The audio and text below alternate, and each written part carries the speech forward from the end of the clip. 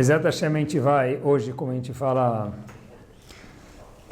um shiur que a gente vai tentar, se Deus quiser, com a ajuda de Hashem, mergulhar dentro do oceano da Torá Kedoshá, e que Bezerra Hashem a gente saia bronzeado e veja o que tem aqui de bom, mesmo que está chovendo hoje, a gente vai se bronzear com o estudo da Torá, se Deus quiser. Vou contar para vocês, olhem como é curioso, pessoal. A gente fala a tefilá todos os dias, mas tem algumas coisas na vida que a gente faz, mas por que a gente faz, a gente nem lembra. Olhem que curioso. Um dos Tehillim que a gente faz durante todos os dias na reza, Sfaradim ou Ashkenazim, é o Tehillim número 30. Está escrito no Tehillim, pessoal, o seguinte fato. Todo mundo conhece. Mizmor Shir Hanukat Habayit Le David. A gente fala também ele em Hanukkah, né? Mizmor Shir Hanukat Habayit Le David. Esse é o canto que quem fez? David HaMelech fez. Mizmor Shir Hanukat Habayit Le David. Aromemcha Hashem Kidilitani. Diz o Tehillim 30. O seguinte, olha, eu vou louvar Hashem. Aromemcha Hashem, porque Kidilitani, que Hashem me elevou. Assim disse David HaMelech. Então David HaMelech fez um canto que o quê? Mizmor Shir Hanukat Habayit Le David. Hashem, obrigado Hashem que você me elevou e me deu, parece, o privilégio de quê? Hanukat Habayit. Que Bayit a gente está falando? Que inauguração de que casa? Bet HaMikdash. O único problema que tem aqui, não sei se a gente já pensou sobre isso, David HaMelech não construiu Bet HaMikdash. Como você pode falar para mim, Mizmor Shir Hanukat Habayit Le David, o canto que David HaMelech fez na inauguração do Bet HaMikdash? David HaMelech não construiu o Bet HaMikdash. Inaugurou também. Olha que interessante, pior ainda, isso, pior ainda, como ele falou isso, cantei a inauguração, eu não participei, eu não cantei, eu não tive presente. Tem gente que fala, pode ser o quê? Não foi tudo que ele escreveu. Uma opção possível seria, como a gente falou, que todo mundo concorda, que não todo Tehillim foi escrito por David HaMelech. Porém, nesse Tehillim não dá para falar isso. Mizmor Shir Hanukat Habayit Le David. Aqui foi David HaMelech que falou, fui eu esse. Olhem o que aconteceu. Não. Ele precisou da chamada dele para abrir. Não, mas David HaMelech não fez o Bet HaMikdash, essa pergunta. Como que ele construiu, né? Não foi ele que construiu, o filho dele construiu. E olhem que interessante, David HaMelech passou a noite inteira discutindo com quem? Com o profeta Shemuel, assim consta no Tanakh, preocupado, como que eu vou fazer o Bet HaMikdash? Ficou a noite inteira conversando com o profeta Shemuel. Até que Hashem avisa para ele, olha querido, você não vai construir o Bet HaMikdash. Depois disso, David HaMelech fala, Mizmor Shir Hanukat Habayit Le David. Um canto que David HaMelech fez na inauguração, na construção do Bait, da casa, que é o Bet HaMikdash. Como é que ele faz um canto desse? Ele nunca inaugurou. Mas mais legal do que isso, essa a gente vai responder. A outra pergunta não dá para responder. Como que a gente já falou tantas vezes Tehillim, nunca pensou nisso, eu não tenho resposta, tá bom? Mas, como que David HaMelech falou isso, Bezerra Hashem a gente vai responder em alguns instantes. Olhem que curioso, a gente sabe que a nossa Torá, ela é composta o Tanakh, melhor dizendo, é composto de Torá, Nevi'im e Ktuvim. Um dos livros do Ktuvim, o Ktuvim é composto de 12 livros. Um dos livros do Ktuvim, que faz parte do Ktuvim, é chamado Megillat Ruth. A gente costuma ler ela em Shavuot, mas é parte integrante do Tanakh o ano inteiro, não só em Shavuot. Eu vi algo curiosíssimo que queria compartilhar com vocês para poder responder essa pergunta de David HaMelech, como que ele falou um canto de inauguração do Bet HaMikdash e não foi ele que fez, e também a gente poder abrir os caminhos para o shiur de hoje, Bezerra Hashem. Olha que interessante, o Megillat Ruth tem 4 capítulos. No quarto capítulo, no quarto Perek, um personagem que aparece lá, é muito famoso, mas ele aparece no quarto capítulo. Logo no primeiro pasuk aparece um personagem. Ele é chamado Ploni Almoni. Primeiro verso do quarto capítulo de Megillat Ruth, aparece um senhor chamado Ploni Almoni. Em hebraico, o que quer dizer Ploni? Fulano. Fulano. A gente fala em português, olha, fulano, ciclano, beltrano, isso é Ploni. Ploni Almoni. Rashi diz o seguinte, olha, não pensa você, leitor do século 21, diz Rashi pra gente, quando estiver lendo o Megilat Ruth, não pensa que o nome dele era Ploni Fulano Almoni, que era o nome dele. Não era Fulano Almoni. A palavra Alman ou Almon, ou Almoni, quer dizer o quê? Viúvo. Então, o Rashi está lendo que esse tal de Ploni Almoni, Ploni quer dizer, não fulano, aqui diz Rashi para a gente, Ploni quer dizer alguém que o nome dele não é revelado, um cara, diz Rashi Mechusé, que Palenimcha Davar, diz Rashi, uma coisa que não está visível, a gente nem sabe o nome dele. A única coisa que a gente sabe é que ele era uma pessoa, o quê? Viúva. Ele podia casar com Ruth, e ele acabou não casando com Ruth. Mas o nome dele, no RG, na certidão de nascimento, não era Ploni Almoni. Ploni quer dizer uma pessoa que a gente não sabe o nome. Ele era viúvo, só isso que a gente sabe dele. Então, por que o nome dele não foi mencionado? Porque ele não fez o quê? Não casou com Ruth. Mas ele era um rachá, vamos chamar assim. Mas essa explicação não match, não faz sentido, porque houveram outros rechaim no Sefer Torah, no Tanakh? Claro que houve. Esav era tzadik ou rachá? Rachá, e o nome dele está mencionado. Lavan era tzadik ou rachá? Malvado, e o nome dele está mencionado. Amalek, Bilam, Korach, Aman. Na Torá inteira, no Nevim inteiro e no Ketuvim, a gente sabe que tem pessoas justas, tzadikim, e pessoas perversas. Então, o fato que ele não era um tzadik não justifica o porquê deste personagem não ter seu nome mencionado em Megilat Ruth. Por que ele é chamado de Ploni Almoni? Devia chamar ele de Aman. Sei lá, o nome que fosse o nome dele. Vi uma resposta espetacular. A razão que Hashem não mencionou o nome dele em Megilat Ruth e chamou ele de Ploni Almoni, fulano, o viúvo, é para ensinar uma mega lição para a gente. Não porque ele era um perverso, porque perversos têm o nome no Tanakh. A mensagem que vem para o século 21 para a gente é a seguinte, olhem que bomba. Esse senhor que era viúvo teve a oportunidade de casar com quem, como a gente mencionou poucos instantes atrás? Com Ruth. Quem saiu de Ruth? David HaMelech. Quem vai sair de David HaMelech, da dinastia de David HaMelech? O Mashiach. Melech HaMashiach vai sair da dinastia de David HaMelech, que por conseguinte era descendente de Ruth. Quer dizer, esse Ploni Almoni teve a oportunidade de ser o progenitor, o tataravô de quem? Do reinado, que David HaMelech representa o reinado no povo, e a Nitzchiut, a eternidade, que representa o quê? Mashiach, que é tudo da mesma linhagem, da mesma família. Ele falou, sabe o quê? Eu não quero fazer ibum, eu não quero casar com Ruth.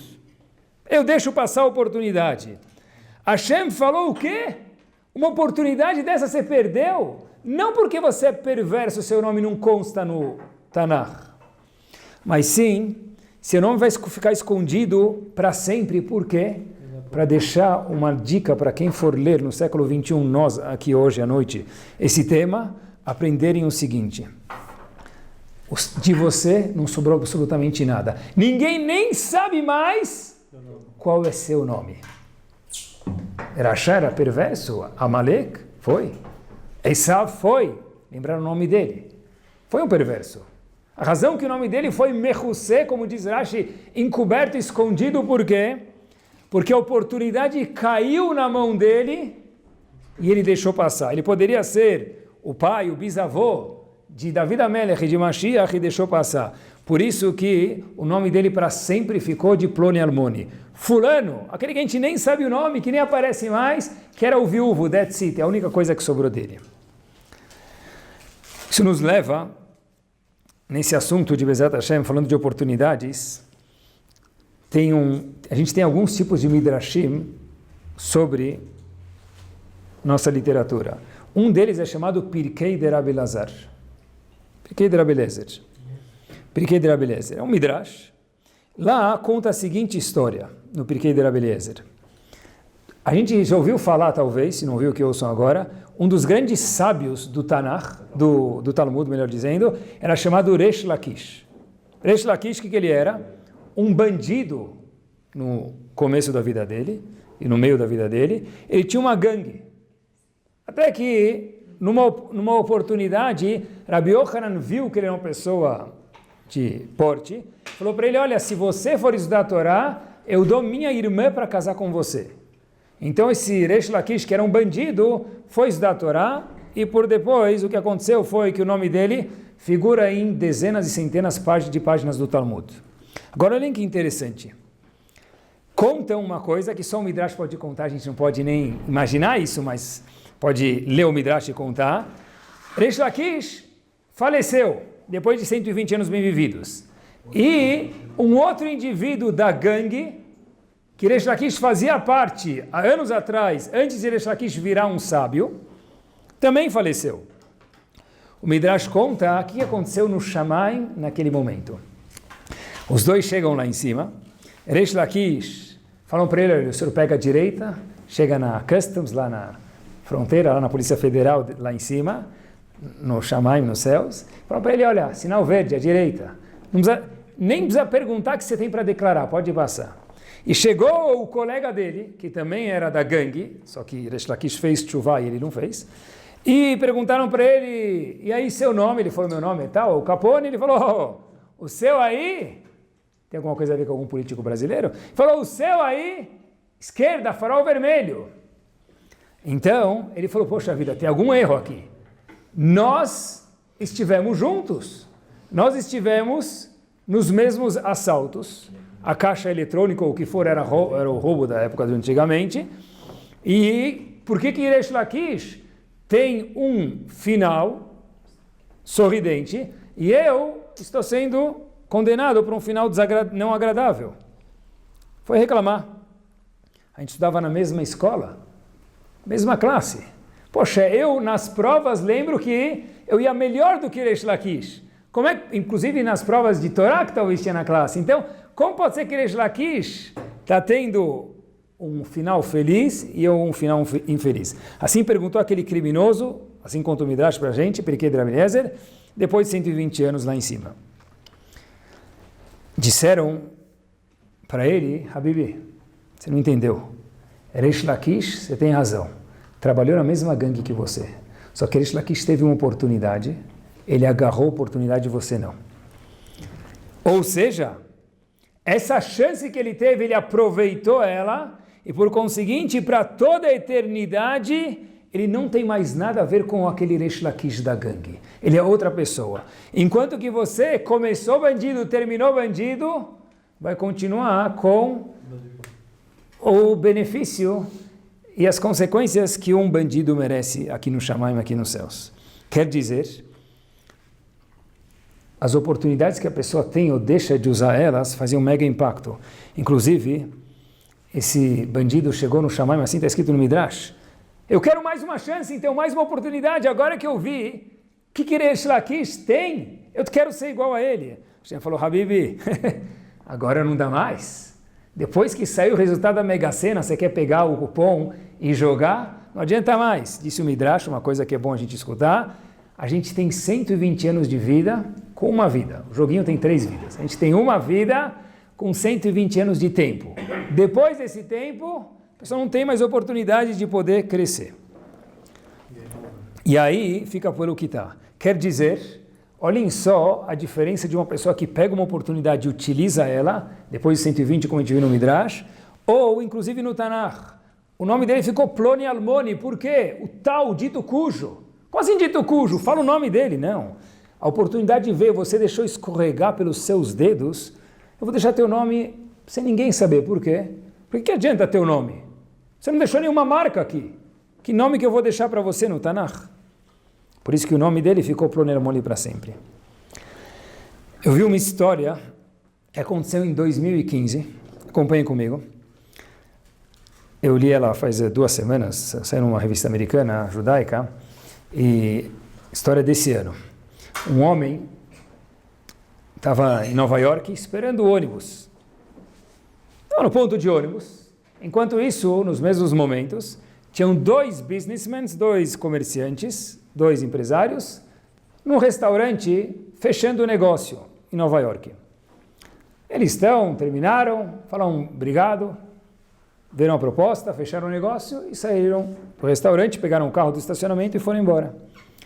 Esse homem, outro, ainda estava esperando no ponto de ônibus, o ônibus passar. O primeiro businessman saiu, pegou o carro, acelerou, viu a pessoa lá, viu que era um Yehudi, passou reto. Falou, não estou ocupado agora, pensando no negócio que eu fiz, vou embora. O segundo viu esse mesmo Yehudi, falou, poxa vida, onde está indo? Falou, estou indo para tal lugar. Falou, eu também estou indo para lá, vou te dar uma carona. Sentou no carro e deu carona para ele. Voltando para casa, eles pegam esse indivíduo que estava no ponto de ônibus, vamos chamar ele de Shimon, e, tá bom, Reuven passou reto e não pegou ele. Shimon, que era o outro businessman, pegou ele. Tá ótimo, ofereceu a carona, falou, o que você está fazendo aqui? Falou, olha, eu tenho minha filha que vai casar, eu não tenho condições, eu vim aqui para ir em Nova York para angariar fundos para poder casar minha filha. Tá bom. Está saindo do carro, falou muito boa sorte para o senhor, obrigado, eu queria te agradecer muito pela carona, e esse indivíduo israelense que estava no ponto de ônibus, que recebeu a carona, falou, olha, obrigado, saindo do carro ele começa a fazer assim, ai, o que aconteceu?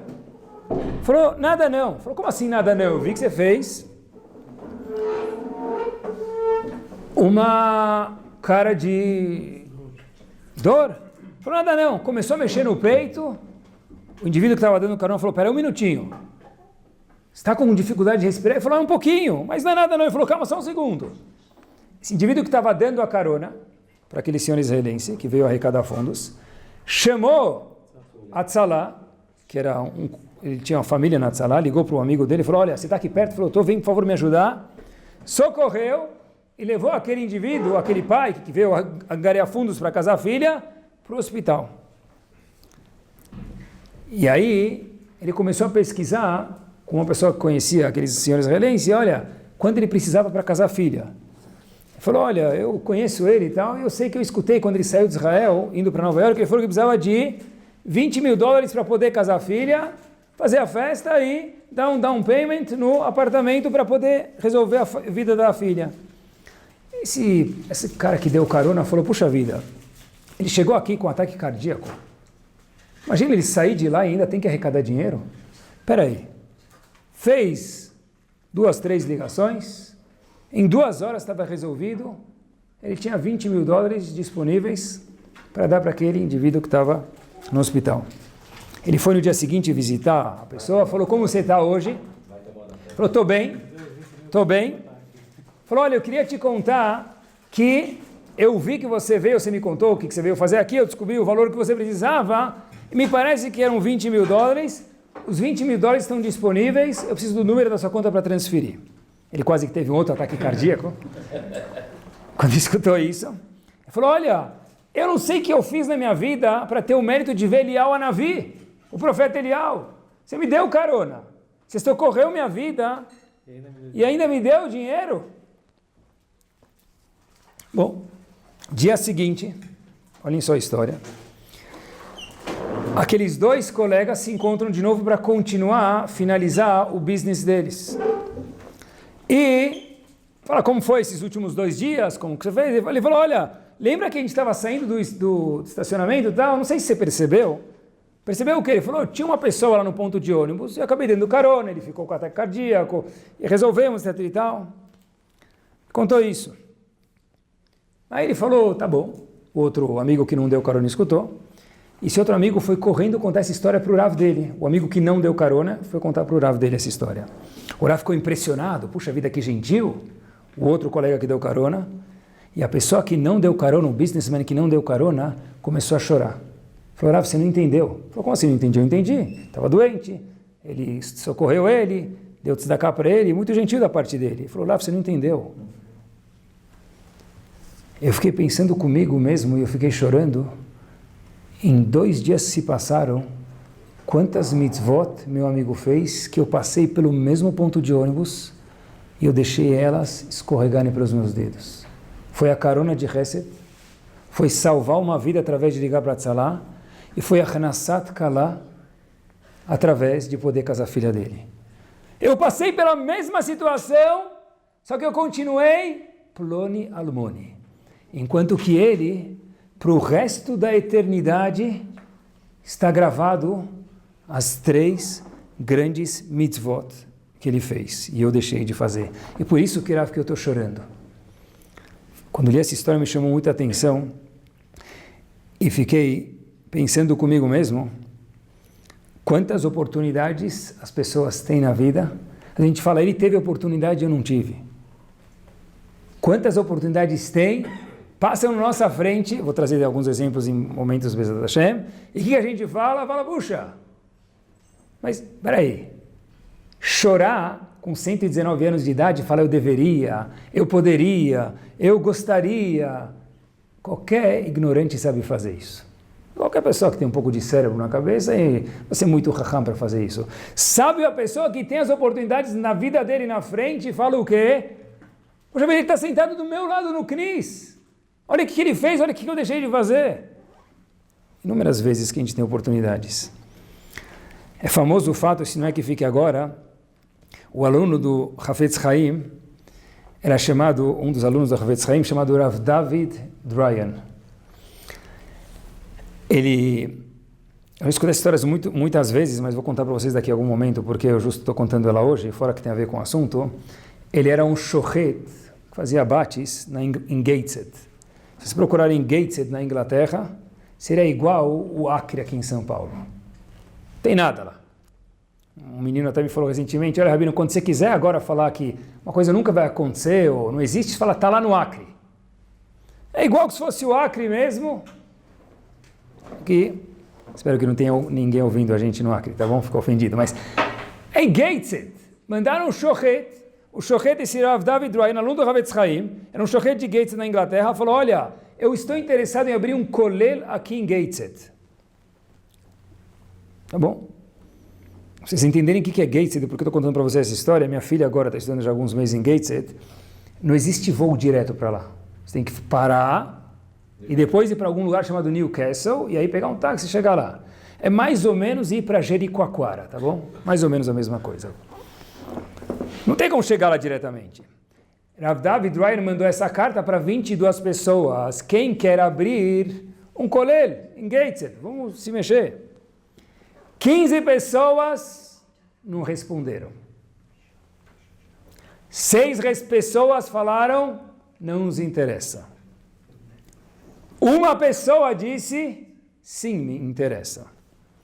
A pessoa que disse, sim, me interessa, era, se não é conhecido, certeza que eu espero que seja para vocês, Rav Dessler Zichron Libracha. Rav Eliyahu Dessler aceitou a pedida. Em 1930, na década de 30, ele virou o Rosh Kolel de Gateshead. Depois, em 1940, foi um Mashgiach, mentor espiritual. Uma vez eu fui explicar para alguém que é mentor espiritual, ele me falou, Rabino, eu já entendi o que é. Ele falou, Mashgiach não é da cozinha, sem desmerecer eles, mas não é?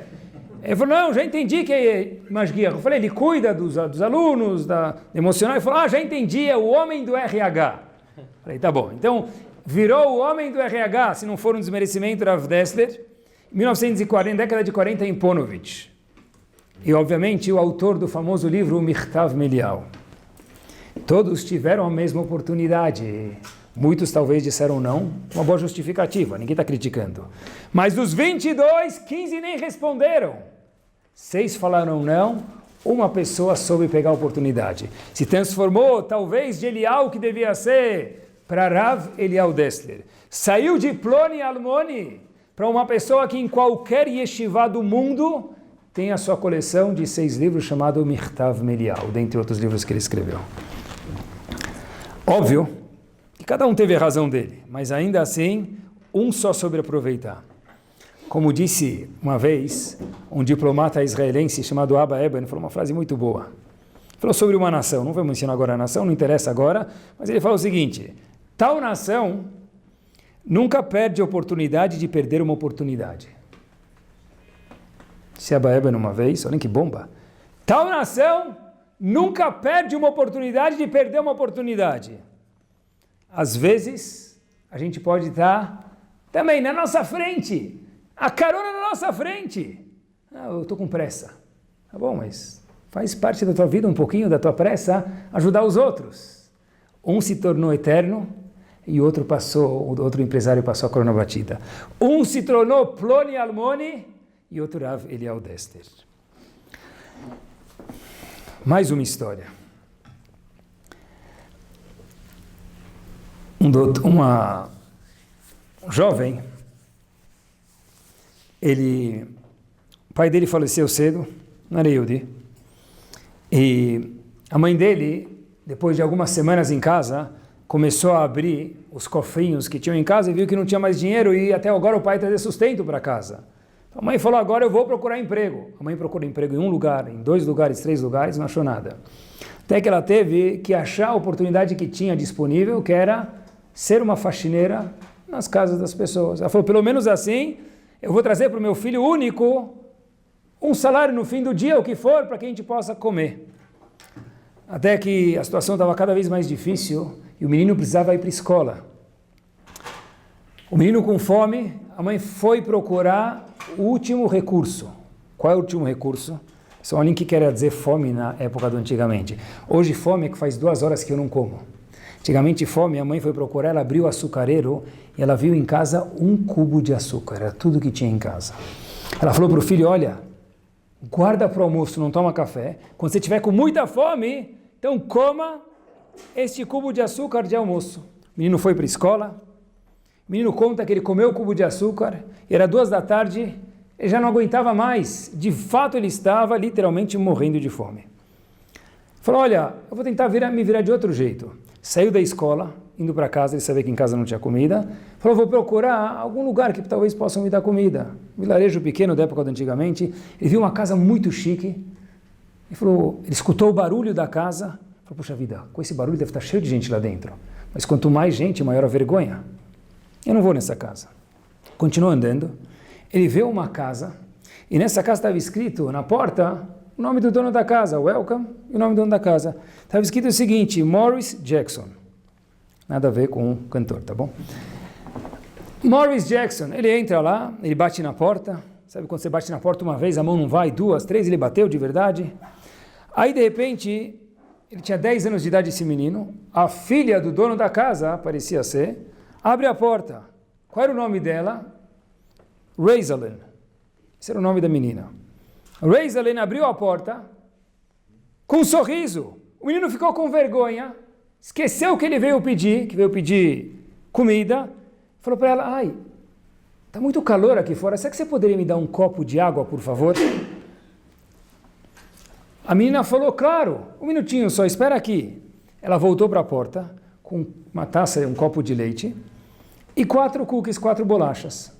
A menina falou, olha, eu adoro leite. E quando eu tomo leite, eu gosto junto com isso, com leite, comer bolachas. O menino conta que ele bebeu o leite e não precisava mais nem limpar o copo depois. E as bolachas não sobrou absolutamente nenhum vestígio. Nada. Tomou o copo inteiro de leite e as 4 bolachas. Esse indivíduo, esse jovem, se tornou professor e um cirurgião na universidade, depois no hospital. E ele via inúmeros pacientes no cirurgião, até que uma vez ele abre o prontuário de um dos pacientes. Antes de operar, ele sempre olhava o prontuário e via, antes de entrar na sala de operação, e ele vê o seguinte nome, Raisalyn Jackson. Ele fala, puxa vida, esse nome me é familiar. Será que era aquela moça que eu fui pedir comida e acabei ficando com vergonha, ela me deu um copo de leite e 4 cookies? Ele foi lá, não tinha costume de ver os pacientes pessoalmente antes da operação, mas ele foi até o leito, viu a moça lá com o avental, tudo pronto, ela falou, olha, boa tarde. Ele viu um sorriso, falou, puxa vida, é o mesmo sorriso que ela me deu quando eu tinha 10 anos de idade, bati na porta, eu acho que é ela mesmo. Falou para ela, olha, talvez o nome do seu pai era Maurice Jackson, por acaso? Falou, sim. De que cidade você vem? Ela disse para ele, falou, uau, não, só curiosidade. Falou, mas como você sabe? Não, falou, não, uma vez eu li alguma coisa sobre ele, tudo bem, pode deixar para lá. Foi para a operação, saiu da operação, foi visitar ela depois, E a história termina. Chegou um boleto para ela pagar de $63.000, que era o custo da operação, fora o hospital. O médico pegou o custo em invoice, antes de mandar para ela, carimbou, escrito paid, pago, assinou, e mandou para a casa dela o seguinte observação. Essa sua cirurgia foi paga há 50 anos atrás, com um copo de leite e 4 bolachas. Podia muito bem ter fechado a porta e falado, não te conheço, nunca te vi mais feio, trach. E não fez para ganhar uma cirurgia. Mas a ideia é que a Kadosh Baruch Hu manda nas nossas frentes, nas nossas mãos, todos os dias, oportunidades. Todo mundo tem. Alguns de nós, pode ser que deixa escorregar, até que vê o amigo e fala, puxa, olha o que ele fez, eu tive a mesma oportunidade, por que eu não peguei? Algumas coisas são mina shamayim, e outras são mina aretz, outras nós escolhemos não pegar. Quando estava preparando esse shiur, eu achei que ele era especialmente pertinente à nossa geração. Por quê? Porque a nossa geração, vou mencionar alguns pontos específicos, faço questão, tem mais oportunidades do que qualquer outra geração já teve no mundo, eu acho. Não sou tão velho, nunca vivi nas outras gerações, mas acho que a gente tem mais oportunidades de qualquer pessoa que veio em outra geração. Quem tem mais oportunidades de Torá, nós ou o Rambam? Quem cresceu mais o Rambam, mas quem tem mais oportunidades, certeza que é a gente. Quem hoje no mundo pode falar para Hashem, eu não consegui estudar a Torá hoje? Como assim? Tem Torá em francês, em inglês, English, árabe, Yiddish, Gumará, Mishnah, o que você quiser. O Rambam, que codificou todas as leis do Talmud, mais do que o código de leis do Shulchan Aruch, não tinha um set inteiro do Talmud. E hoje, qualquer smartphone tem um chassi inteiro. Minha esposa uma vez me falou a frase que ela escutou uma vez no shiur em Israel, não sei, que antigamente eles tinham Torá na cabeça e dinheiro no bolso. Hoje as pessoas têm dinheiro na cabeça e Torá no bolso. Olha que interessante, olha que emet. Quem tem mais oportunidade de Torá, a gente ou o Rambam? Certeza que é a gente. Tzedakah? Se a pessoa quer dar tzedakah hoje, não é? Ele aperta um botão no computador dele, ele transfere dinheiro. Ele põe dinheiro no bolso dele. Antigamente, como que a pessoa dava tzedakah? Tinha que vir o shaliach, tinha que vir a pessoa com o cavalo, na lama, e sem tropeçar, sem o cavalo ficar com dor de barriga. Nós temos oportunidades. Porque, entre parênteses, diz o Kitzur Shulchan Aruch, que eu já imagino as piadas que vêm na cabeça, mas diz o Kitzur Shulchan Aruch, pessoal, uma porta lo aleno que não abre para tzedakah, abre para o médico. Diz o Kitzur Shulchan Aruch, uma porta lo aleno, longe de nós, que não abre para tzedakah, ela abre para o médico. É uma oportunidade que a gente tem. Quantos projetos voluntários tem na nossa cidade? Eu não tenho tempo para participar de nada. Oportunidade tem. A gente que escolhe. Quantos shiurim tem na cidade? Não, eu não tenho, mas tem de manhã, tem de noite, tem inglês, tem com zumba, tem sem zumba, tem todo tipo de shiur.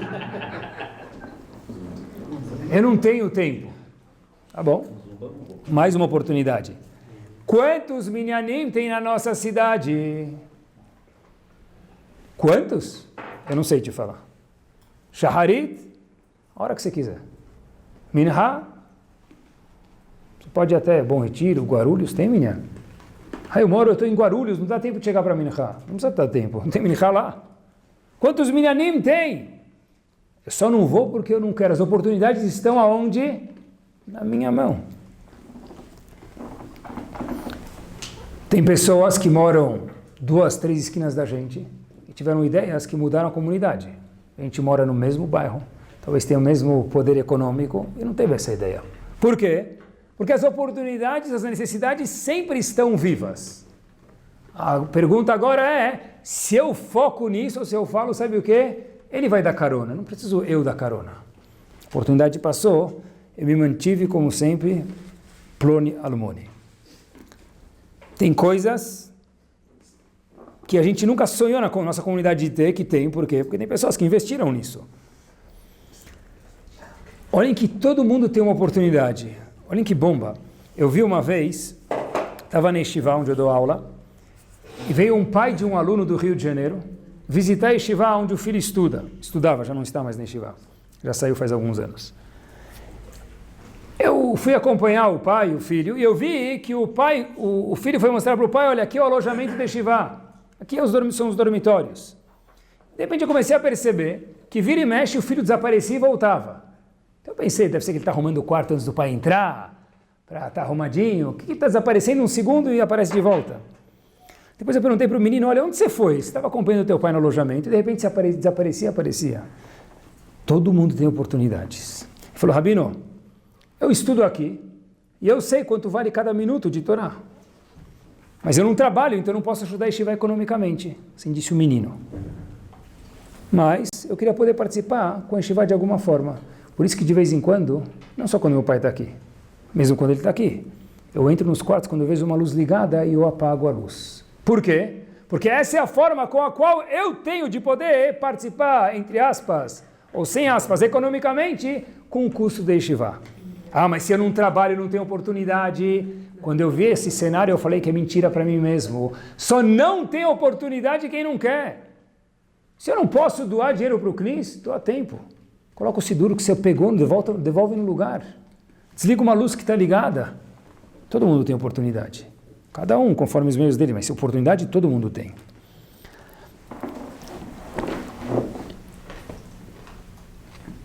E eu acho que tem aqui uma mensagem, um ingrediente para que a gente possa de verdade injetar na nossa veia como aproveitar uma oportunidade. Não deixar nenhuma passar. A Torá conta para a gente sobre as luchot. Como que as luchot eram? Alguém pode me contar? As tábuas da lei? Qual a medida que elas tinham? Só de curiosidade. Qual a medida das tábuas da lei? Antes de quebrar ou depois? Antes. Depois de quebrar eu não sei. Mas qual era a medida das tábuas da lei? Era uma mão. Moshe Rabbeinu carregou e quebrou, era pesada, só Moshe Rabbeinu conseguia carregar elas. Pode ser? Qual é o tamanho das tábuas da lei? Meia má, acho que 3 faquinhos, é isso? Hollywood diz, Moshe Rabbeinu com sandalim, aquela barba, que é tudo menos Moshe Rabbeinu, não é? Tudo que falam em Hollywood é exatamente o contrário, tá bom? Porque o Gadol Hador, que fez o filme de Hollywood, nunca estudou em Shivá nenhuma, então bobeira o que ele fez, né? Que nem quando desenharam o Moshe Rabbeinu com chifre, porque está escrito na Torá, Karan Orpanav, que a face de Moshe Rabbeinu emanava luz. Só que o ignorante que fez o filme... Não, Pintou, desculpa. Era um bom pintor, mas era ignorante em Torá, obviamente. Em vez de ler Karan, que é emanar luz, leu Keren, chifre. Então desenhou Moshe Rabbeinu com chifre. Mas voltamos. As tábuas da lei, cada uma das duas, elas eram quadradas, não com aquele desenho oval em cima que a gente conhece. As tábuas da lei eram quadrado perfeito. Elas tinham 3 tfachim, já traduzo isso, por 3 tfachim por 3 tfachim. São 18 centímetros por 18 centímetros e de profundidade 18 centímetros também. Agora, cada uma das duas luchot. É isso mesmo. Que estranho, é isso mesmo. Cada uma das luchot tinha 18 centímetros por 18 e a profundidade dela, a grossura das pedras, cada uma das duas era 18 centímetros. Elas eram exatamente iguais, quadrados perfeitos. Não como a gente tem desenhado, tem perguntas na Laha se pode desenhar assim, pode desenhar daquele jeito oval em cima, mas elas não eram assim. Uma beleza das luchot, um dos milagres da luchot, que a gente sabe das tábuas da lei, é que elas eram escritas dos dois lados. O que quer dizer isso? Ela é escrita de um lado, melhor dizendo, mas dos dois lados você podia ler igual. Normalmente, se você tem um papel, você lê ele de um lado, do outro lado fica do avesso. Se eu vou de um lado e leio o papel, quando eu vou atrás, ele está do avesso. As luchot eram um milagre. Quem estava atrás lia elas de uma forma normal e quem estava na frente também lia de uma forma normal. Não estava do avesso, era um milagre. Está escrito na Torá, como isso? Porque as luchot eram escritas por Deus, a Kadosh Baruch Hu. Então, óbvio que era um milagre. Agora, aonde está descrito isso na Torá? Que as luchot eram escritas por Deus, que elas eram lidas dos dois lados, que era um milagre. Onde está escrito isso na Torá? Em que parte deve estar escrito isso, pessoal? Onde está escrito isso? Mas onde a Torá escreve que as Luchot é Maaseh Elokim, que é um ato divino? Que parte da Torá, que história da Torá você acha que deve estar escrito isso? Quando Noah nasceu? Quando Moshe Rabbeinu foi subir e receber a Torá, correto? Espetacular.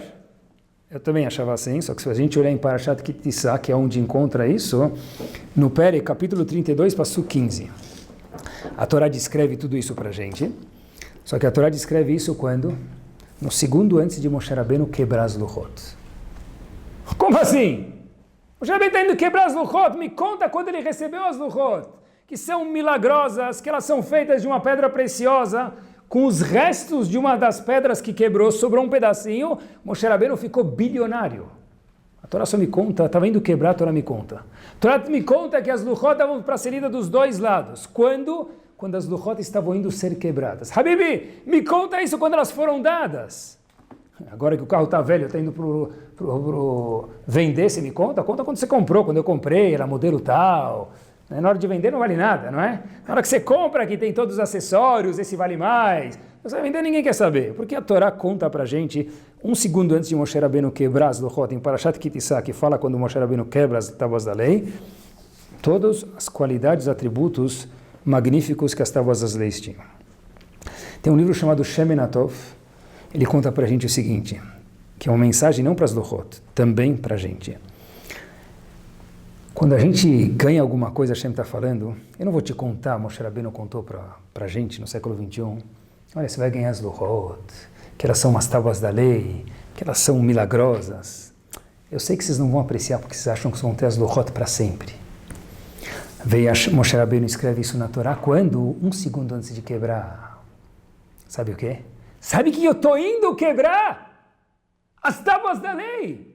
Aquelas são milagrosas, escritas por Hashem, que quem lê elas nunca mais esquece, e um monte de outros milagres que elas continham. Porque ele falou tudo isso e logo o que fez? Jogou no chão. Por quê? Diz o Shemen Atov o seguinte, porque a natureza do ser humano é apreciar uma coisa um segundo antes dele perder. O Moshe Rabbeinu falou, olha, eu já sei que nós somos assim. Para que a gente possa aprender alguma coisa e talvez tentar mudar um pouquinho, eu vou contar todos os louvores das tábuas da lei quando? Um segundo antes de quebrar. Por que não quando foram dadas? Porque quando a gente recebe alguma coisa, já tenho, é meu. O que eu posso ganhar de novo? Cadê meu próximo milhão? O que eu tenho não vale nada. O Moshe Rabbeinu falou, não é assim. Não seja assim. Isso não é verdade em relação a dinheiro? Puxa, eu era feliz e não sabia, a pessoa fala. Lo aleno, longe de nós, longe de qualquer pessoa, depois que perdeu, fala, devia ter apreciado mais. Filhos, não é assim? Claro que é. Quer ver? Sem nenhum cenário desconfortável, Deus me livre. A pessoa chega na Rupá, vai casar o filho. Je veux pleurer. O que você está chorando? Pourquoi tu pleures? Ele é chique, ele vai casar na França. Por que você está chorando? Não pelo casamento na França, não, eu estou feliz. Por que você está chorando? Poxa, eu devia ter aproveitado mais meu filho em casa.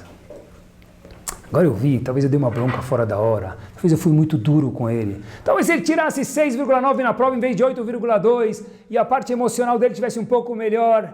Por isso que eu estou chorando. Agora que meu filho saiu de casa, eu choro e aprecio. Parcialmente tarde demais. Quando a pessoa aprecia a saúde dele, a oportunidade de ter saúde, que a gente está falando hoje de oportunidades, agora que eu estou com dor no joelho, eu falo, puxa vida, adorava quando eu corria maratona no estádio do Pacaembu, adorava quando eu corria São Silvestre. Lá, eu reclamava que eu pegava 17º lugar. Mas agora que está doendo o joelho, eu não posso mais nem andar direito, o que eu falo? Eu gostava. Em Torá também é a mesma coisa. Só fala, quando eu tinha oportunidade de estudar Torá, eu não apreciava. Agora que eu estou mais ocupado, eu venho apreciar. O Moshe Rabbeinu falou, tudo isso estava nas Luchot, meu querido. Hashem falou, vou escrever um segundo antes para você saber que dinheiro, filhos, família, saúde, Torá, não vai durar para sempre. Lembra que é um segundo antes de quebrar, porque a gente nunca sabe, no máximo, Bezat Hashem, são 120 anos bem vividos e vai terminar. Se a gente pensar assim, como a gente vai apreciar as oportunidades que nós temos à nossa frente? lembrar, disse Rav Weinberger no livro dele Shem Natov, nada na vida é eterno. Nada. Tudo que nós temos aqui, algum dia vai acabar. Eu lembro quando eu estava em tal lugar, de repente meu amigo viajou. Poxa, nem imaginava que ele ia viajar, terminou tão rápido. As coisas na vida, como dizem, quanto mais gostoso é, mais rápido termina. Nada é eterno. Eu sempre acho que as pessoas me perguntam qual o segredo para ter sucesso numa yeshiva em estudo. Minha opinião é decidir que você vai ficar lá só 1 ano. Sério? Mas eu quero estudar 3 anos. Eu falei, então você não vai ter sucesso. Quer dizer que só quem estuda 1 ano tem sucesso? Eu falei, não. Decide que você vai ficar 1 ano, porque se você entender que você vai ficar 1 ano, você vai aproveitar bem. Depois você pode renovar o contrato, se te quiserem. Agora, se você fala, eu vou ficar 3 anos na yeshiva, 10 anos na yeshiva, provavelmente o que tende a acontecer é o banco fica mais espaçoso, fico mais confortável, eu aproveito menos. Família, dinheiro, tempo, saúde, tudo é a mesma coisa. Decide, é hoje, é esse domingo que eu vou aproveitar minha família. Domingo que vem, talvez também, mas talvez domingo que vem eu vou estar em um casamento, talvez eu vou estar ocupado. N situações. E amanhã eles vão crescer, vão casar e vão sair de casa. O legal de Disney é que a gente vai passar 1 semana com as crianças, os filhos voltam descansados, os pais cansados, eu sei. Mas a gente vai passar 1 semana com as crianças e that's it.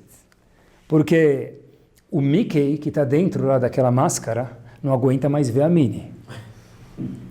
Ele sabe que ele vai no vestiário, ele já sabe que não é a Minnie, ele sabe lá quem lá está lá dentro. E a Minnie não aguenta mais nem ver o Mickey, ainda bem que eles não conseguem se comunicar, porque senão se mordiam. Está o dia inteiro lá, você pode me dar um autógrafo? Razito, o cara não sabe nem escrever o nome dele, ainda bem que é só autógrafo, ele rabisca qualquer coisa, né? Agora você pergunta para o teu filho, ele fala, Aba, a gente precisa chegar mais cedo amanhã em Disney, porque tem um brinquedo à direita, 32 graus para o norte, que a gente perdeu 11 segundos da apresentação. Mas você foi em 36 brinquedos. Não, Aba, a gente tem que aproveitar. Sim, porque teu filho é inteligente, ele sabe que, como diz a música, é hoje só vai acabar. Isso não é música de Mahané só. Na vida é a mesma coisa. A vida é uma grande Mahané, se a gente puder falar assim, tá bom? Quando nossos filhos vão lá, eles sabem que são 7 dias, falam, vamos curtir, vamos em todos os brinquedos. Tem gente que já faz Tochnit, né? Ele acorda, 6h32, tem que estar fazendo shaharit, porque 6h48 no café da manhã, porque o parque abre 7h59 para não pegar fila naquele... Tem Tochnit, né? Tá bom, tem programação. Agora o Mickey não faz Tochnit. O que o Mickey faz? Faz Tochnit para ver quando o parque vai fechar. Ele não aguenta mais olhar o relógio. Por quê? Manishtaná, um sabe que é por tempo limitado. Um sabe, aproveita a macacada, que vai saber lá, talvez amanhã não tenha mais nada. Enquanto que o outro falou, vou ficar lá para sempre. Eu estava pensando, talvez esse seja um ingrediente, para que a gente possa aproveitar tudo que a gente tem, é lembrar que nenhuma oportunidade talvez pode não aparecer de novo, e tudo que a gente tem hoje não é um given, algum dia vai terminar. Eu lembro, um passo adiante,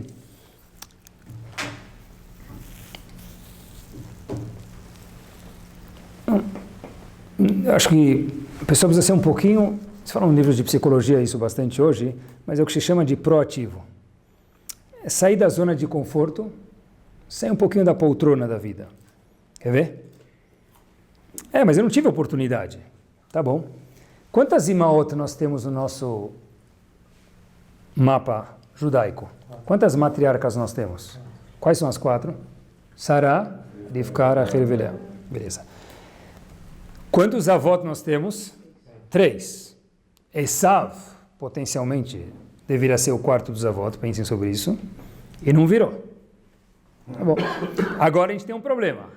Tem 4 mulheres para 3 homens. E cada um vai casar com uma. Peraí, alguém vai ficar de fora, não vai? Então, o que estava no mapa astral de Leá, qual que era? Casar com Esav. Então, ela podia falar o quê? Se Leá fosse, está na moda hoje, né? Lê o futuro, aí o futuro, lê a mão, lê o pé, lê a xícara, sei lá que vai ler, é mezuzá. Ela vai lá, poxa vida, eu quero saber meu futuro. Né?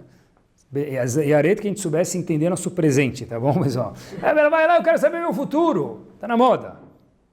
Pensar entre parênteses sobre isso, o que a Kadosh Baruch Hu fala, se eu quisesse que você soubesse o futuro, eu ia te dar ele. Pode ver o futuro? Tem que perguntar para um Rav. Mas, também tiem Hashem Elokecha. Quanto íntegro você é com o Kadosh Baruch Hu? Hashem falou, quero que você viva hoje, não amanhã. Mas Leá voltando, Mina Shamayim, qual que era o shidur dela, qual que é o basra dela, Mina Shamayim, decretado? Com quem ela tinha que casar, Leá, está escrito na Torá? Esav. Mabruk. Quando Esav descia do Sefer Torá, falavam para ele Aris. Olhavam para Eznat Nashim, qual era a intenção? Quem é a Arussa? Leá. Beleza. Tá bom, Betmin ele era Yitzhak, mas não era de boa índole. Esav era uma pessoa perversa. Tá bom. Quem saiu de Esav? Amalek. Quem saiu de Amalek? Haman. Quem saiu de Haman? Hitler e Mach Shemo Vezichro. Se Leá tivesse falado Mina Shamayim, Leá, em vez de ser matriarca e a mãe de algumas das tribos, ela teria sido a bisavó de quem? Hitler e Mach Shemo Vezichro. Porque Leá estava predestinada para casar com quem? Esav. A oportunidade estava na mão dela. Ela podia falar o quê? Que je peux faire? O que eu posso fazer? Está predecretado isso. O que Leá fez? Só um segundo. O que Leá fez? Leá foi no Day Spa e não resolvia. Ela estava toda enrugada aqui. Por quê? De tanto chorar, caiu os cílios dela. Por quê? Porque ela falou, não tem esse negócio de... Está decretado. Eu vou pegar a oportunidade e vou transformar limão em limonada. Leá virou mãe de uma das Shvatim, talvez nós somos descendentes, bisnetos de Leá, pode ser? 6 Shvatim ela teve. Diferente do que estava predestinado a ela ser tataravó de quem? Haman, Amalek e Hitler e Mach Shemo Vezichro. A gente perguntou no começo para terminar, Mizmor Shir Hanukat Habayit le David. David Amelech fez um canto. A gente lê isso aqui também em Hanukkah. Mizmor Shir Hanukat Habayit, a inauguração do Beit HaMikdash. O único problema é que David Amelech não fez nenhum Beit HaMikdash. Hashem falou, você não vai construir minha casa. David Amelech passou a noite inteira com o profeta Shmuel, decidindo como ia ser construído o Beit HaMikdash, o templo. Hashem fala para ele, não quero você, com todo respeito, David Amelech, você não vai construir o templo. Qual é a reação de um ser humano? Tô mal, tô deprê. Deprê se tiver autoestima elevadíssima. Eu tenho tudo, eu dei minha vida, e agora eu não vou construir o Beit HaMikdash. Eu fiquei a noite inteira planejando com o profeta como vai ser o Beit HaMikdash. E agora você me fala que eu não vou construir o Beit HaMikdash, Hashem.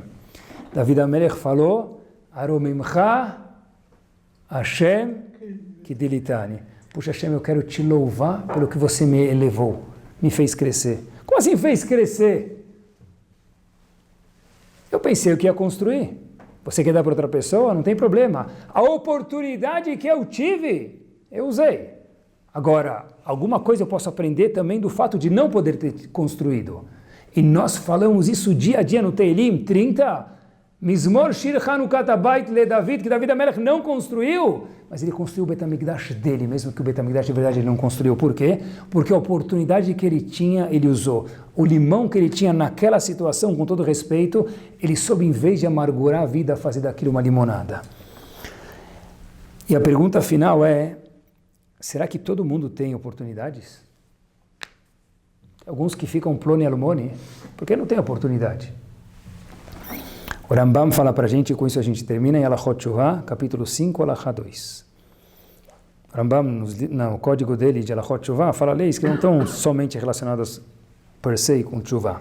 Diz o Rambam o seguinte, Ali avor b'machshevotecha, diz o Rambam, não pensa você, nós leitores, davar ze sheomrim umot haolam, verov gomlei Israel, que falam os povos, inclusive a maioria do povo judeu.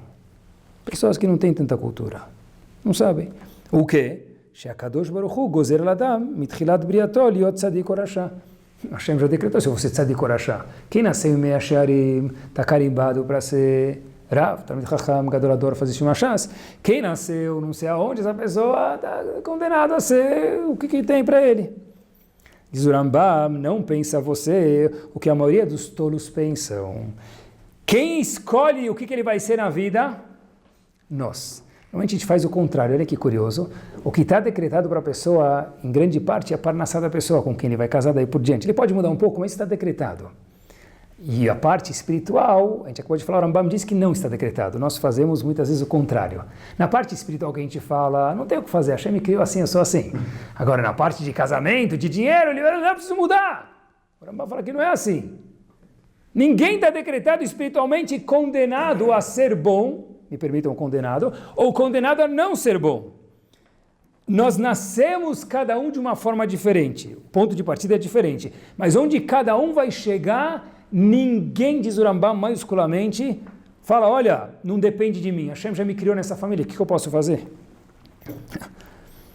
Como o Rambam prova essa regra? Porque diz o Rambam, olhem que curioso, diz o Rambam o seguinte, se a pessoa já estava decretada para ser um Rasha, um Tzadik, diz o Rambam, a maior prova do mundo, como que Hashem pode cobrar ele por uma haverá ou dar recompensa por uma mitzvah? Não está na minha mão! Ela diz o Rambam, o ponto de partida de cada um é diferente, sim, mas cada um escolhe se ele vai pegar um limão e fazer limonada ou vai ficar reclamando. Cada um escolhe se ele vai ser um ploni almoni na vida, pessoa oculta, ou ele vai ser alguém que vai participar. Cada um de nós escolhe se ele vai esperar, lo aleno, passar a oportunidade de falar, eu gostava quando eu morava em tal lugar, quando eu tinha tal amigo, quando eu tinha tal situação econômica, agora que eu já perdi, disse Moshe Rabbeinu, olha, nas Luchot eu escrevi para vocês isso 1 segundo antes de quebrar, para que nós lembrássemos que todas as oportunidades, elas são o quê? Limitadas. E com essa história a gente termina. Dá para pegar limão e fazer limonada. Todo mundo tem oportunidades. Olhem que bomba essa história quando a gente termina. Havia um senhor jovem, de 81 anos de idade. Jovem, porque eles falam que hoje está 120, então ele era jovem. E ele durante décadas, tinha um costume.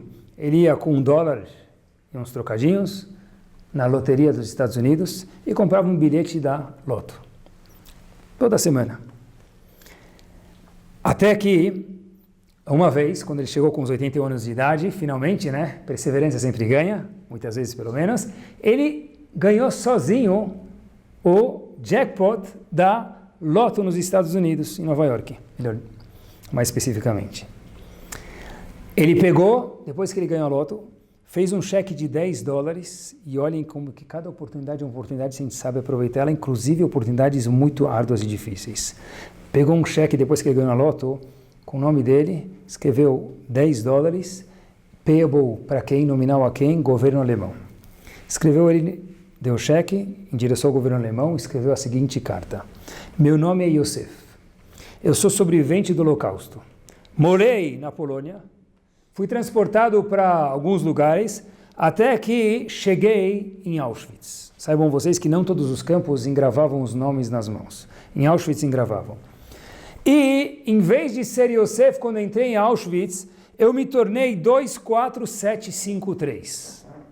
Não era mais Yosef. Falavam 24753, eu tinha que me apresentar. Fui liberado, Baruch Hashem, fui para os Estados Unidos e hoje tenho uma família. Tudo isso no envelope. E eu sempre levava para o meu braço e olhava os números 24753. E fiz uma prática de semanalmente jogar na loteria número 2, número 4, número 7, número 24, número 47 e 53. Demoraram 30 anos, mas o dia chegou. E esse cheque de $10 terminando, disse Yosef, porque eu imagino que hoje para fazer uma tatuagem dessa deve custar uns $10. Um pouco de Akarat Tov, gratidão, a tatuagem que vocês me deram, porque foi com ela que eu ganhei a loteria. Muito obrigado, Yosef.